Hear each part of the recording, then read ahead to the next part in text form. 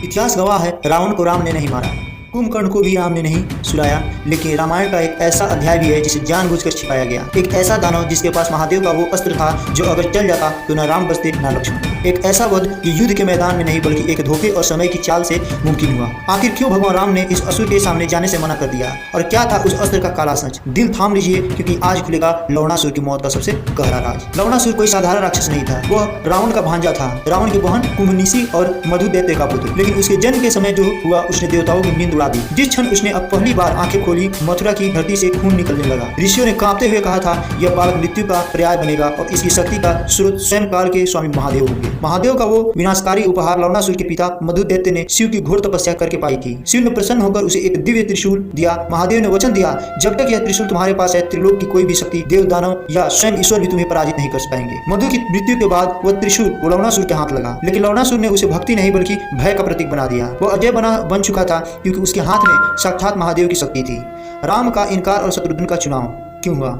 जब लवणासुर का अत्याचार बढ़ा तो ऋषि अयोध्या पहुंचे। पूरी सभा को उम्मीद थी कि प्रभु राम धनुष उठाएंगे, लेकिन राम जानते थे कि यह युद्ध साधारण नहीं है। उन्होंने अपने सबसे शांत भाई शत्रुघ्न को बुलाया। यहाँ एक रहस्य है, राम जानते थे कि लवणासुर को सामने से मारना नामुमकिन है क्योंकि वह शिव अस्त्र से सुरक्षित है।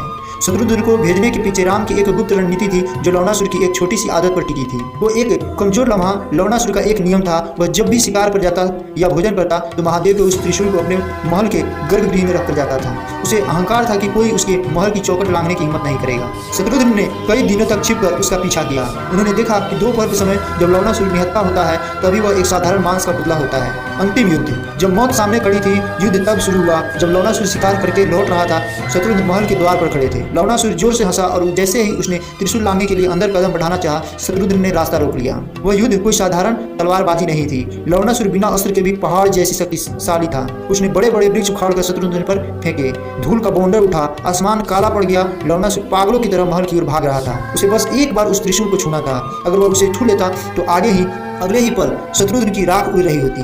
बुद्ध और एक प्राचीन सांप की मुक्ति ठीक उसी पल जब लवणासुर के हाथ त्रिशूल से मात्र कुछ इंच दूर थे। शत्रुघ्न ने भगवान राम द्वारा दिया गया अमोघ बाण छोड़ा, जो बाण सीधा लवणासुर के हृदय को चीर गया। मरते वक्त लवणासुर के चेहरे पर गुस्सा नहीं बल्कि एक अजीब मुस्कान थी। उसने मरते हुए शत्रुघ्न से कहा, तुमने मुझे नहीं मारा, तुमने मुझे उस शक्ति के बोझ से आजाद किया है जिसने मुझे अंधा कर दिया था। कहा जाता है कि वह पूर्व जन्म का एक श्रापित गंधर्व था जिसे अहंकार की सजा मिली थी।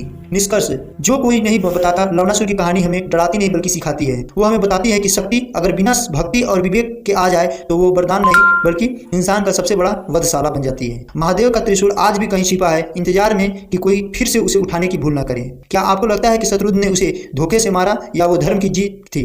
अपनी राय कमेंट्स में बताएं और इसी तरह की रहस्यमय कहानी सुनने के लिए हमारे चैनल को सब्सक्राइब करना न भूलें। मिलते हैं अगले नए वीडियो में और कमेंट बॉक्स में भी लिखें जय श्री राम।